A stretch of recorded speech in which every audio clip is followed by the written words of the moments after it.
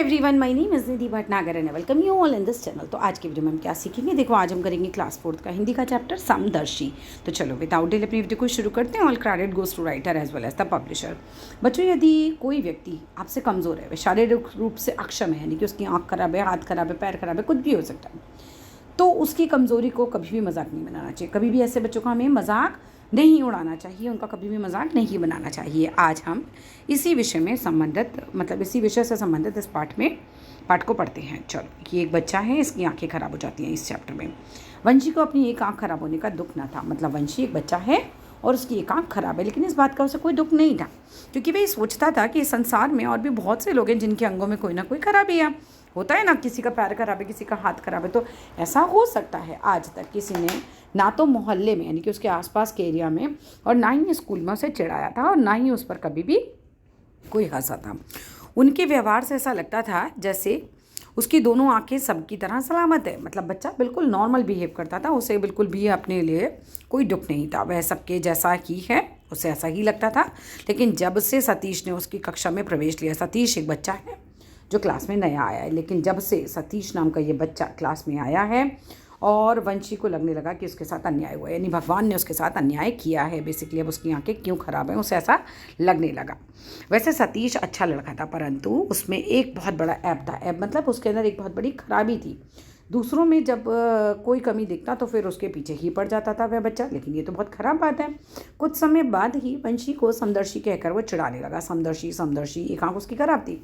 धीरे धीरे सभी उसे इसी नाम से पुकारने लगे। अब सारे बच्चे इस बच्चे को समदर्शी कहने लगे। इसी कारण वंशी क्रोध व दुख से भर गया। वंशी को बहुत गुस्सा आया और वो उसे बहुत ज़्यादा दुख भी हुआ। एक दिन तंग आकर उसने कक्षा अध्यापक से शिकायत कर दी। कक्षा अध्यापक ने सतीश को नसीहत दी, यानी कि सलाह दी, कि कठोर दंड देने की चेतावनी भी दी कि भाई आइंदा से ऐसा नहीं करना, नहीं तो मैं तुम्हें बहुत ज़्यादा सज़ा दूंगा। इसके बाद तो सतीश उसे और ज़्यादा परेशान करने लगा। एक दिन वह घर आकर खूब रोया। ये बच्चा बहुत रोया। पूरी बात सुनकर माँ ने समझाया, मेरे लाल, ईश्वर ने ही बनाया है तुझे, वही तेरे लिए कुछ करेगा। भाई माँ, मैं क्या कर सकती हूँ बेटा, है ना, भगवान ने तेरे को ऐसा बनाया है, अब वही तेरी मदद भी करेगा। 2 दिन बाद ही खेलते खेलते सतीश की आंख में गेंद की करारी चोट लगी। अब की बार सतीश को चोट लगी है, ठीक है। उसे अस्पताल ले जाया गया। फिर कई दिनों तक सतीश स्कूल नहीं आया। एक दिन वंशी सतीश से मिलने गया, परंतु सतीश ने उससे मिलने से मना कर दिया। आँख में थोड़ी राहत मिलते ही वह स्कूल चला आया। उसकी घायल आँख पर अब भी पट्टी बंधी थी। अब सतीश की आँख पर पट्टी बंधी है। देखो, कक्षा के बाहर बरामदे में खड़ा हुआ अपने साथियों को आप बीती सुना रहा था। आप बीती मतलब कि भाई मेरे ऐसे चोट लग गई, मैं इतने दिन तक बीमार था, ये वो। वंशी चुपके से उसके पास आकर उधर खड़ा हो गया जिधर आँख पर पट्टी बंधी थी।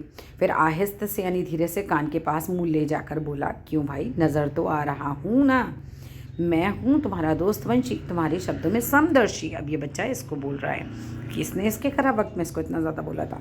खैर, तब भी इसको नहीं चिढ़ाना चाहिए। सतीश गुस्से में बोला, समदर्शी जो है वही रहेगा।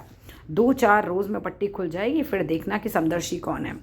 दूसरे दिन वह स्कूल आया। उसकी आँख में पर पट्टी ना थी, आँख पूरी तरह लाल थी। असहनीय दर्द होता था, मतलब वो सहन भी नहीं कर पा रहा था, इतना दर्द हो रहा था। मम्मी ने समझाया भी था, लेकिन वह न माना था और पट्टी फेंक कर स्कूल चला आया। आज उसने पट्टी नहीं बांधी कि बच्चे मुझे चिढ़ाए नहीं। सतीश के साथियों ने उसको कहा, गज़ब किया तुमने सतीश, इतनी जल्दी आँख पर से पट्टी उतार दी, कुछ हो गया तो। सारा दिन वो बेचैनी में गुजरा, मतलब सारा दिन वो बच्चा परेशान रहा। सतीश दर्द से बेहाल। सतीश घर जाते ही बिस्तर पर चित्त हो गया, यानी बिल्कुल लेट गया। उससे कुछ होश नहीं था। कब मम्मी पापा आए, कब डॉक्टर को बुलाया, कब आँख पर वापस पट्टी बांधी, उसे कुछ भी पता नहीं था। डॉक्टर अंकल उसके पिताजी के गहरे दोस्तों में से थे, इसीलिए शायद पिताजी को डांट रहे थे। ख्याल रखना था ना तुम्हें, अब भुगतो, दुआ करो कि ऑपरेशन कामयाब हो। यानी कि अब की बार इस बच्चे की आँख का ऑपरेशन होना था। आँख की झिल्ली से खून रिस रहा है। मतलब ये तो बहुत ही भयानक था बच्चे, जो बड़ा खतरनाक साबित हो सकता है। सुनकर सतीश डर गया। उफ, अब मैं क्या करूं? क्या मैं भी समदर्शी बन जाऊंगा? सब मेरी ही गलती है, मैं ही वंशी को तंग करता था। उसने तो हमेशा सहनशीलता से काम लिया था, मैंने ही भूल की। काश मैं ही 2-4 दिन के लिए उसकी तरह सहन कर पाता, आंखों से पट्टी ना खोलता। अब न जाने क्या होगा। अब ये बच्चा बहुत डर रहा है, ऑपरेशन में क्या होगा, कहीं आँख चली गई तो। वह इन्हीं विचारों में था कि नींद ने उसे घेर लिया। वो सो गया। सुबह जब उसे अस्पताल ले जाने की तैयारी होने लगी तो वो मुँह से कुछ ना बोला।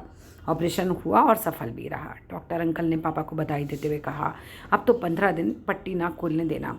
पापा हर्ष विहवल हो कुछ कहने जा ही रहे थे कि सतीश बीच में बोल पड़ा, डॉक्टर अंकल जब तक आप नहीं कहेंगे पट्टी नहीं खोलूँगा। आपकी बार बच्चे को सबक मिल गया था। जितने दिन सतीश की आंखों पर पट्टी बंधी रही, वे विभिन्न विचारों में खोया रहा, मतलब बहुत सारी चीज़ें सोचता रहा। समदर्शी अब उसे वंशी के नाम से याद आता था, यानी अब उसे समझ में आ रहा था कि मैंने कितना गलत किया था उस बच्चे के साथ। जब आंखें स्वस्थ हो गईं तो वह स्कूल गया और अपने साथियों से सबसे पहले वंशी के बारे में पूछा। इतने में वंशी आता दिखाई दिया और सतीश लपक कर उसके पास पहुंचा, उसे बाहों में भर लिया। मेरे अच्छे दोस्त, मुझे माफ़ कर दो, अब मैं तुम्हें कभी नहीं चलाऊंगा। अब इस बच्चे को अपनी गलती का एहसास हो गया था। तो चलो बच्चों, यहाँ से ये होता है चैप्टर समदर्शी भी फिनिश।